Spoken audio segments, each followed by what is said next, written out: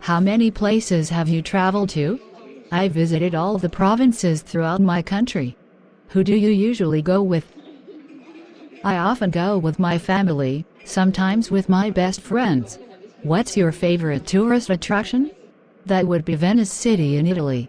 I love riding the gondola along the canals while watching Italian people live their daily lives. Have you ever been abroad?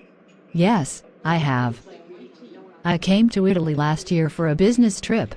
What language do you use when traveling? English, but sometimes I have to use body language since not all people are good at English. What do you usually do during your trip? I often go sightseeing, take pictures, mingle with the local people and sample the local cuisine. What do you do to prepare for your trip? Before the trip, I search for information about the location, weather, famous tourist attractions, transportation, local cuisine and prices on the internet. What do you usually bring when you travel? I usually pack my suitcase with some necessary items such as clothes, medicine, food, a map, and a camera. Do you prefer traveling by car, train or plane? I prefer planes, although it can be a little expensive. Planes are much faster than any other mode of transport. Do you prefer traveling alone or joining a guided tour?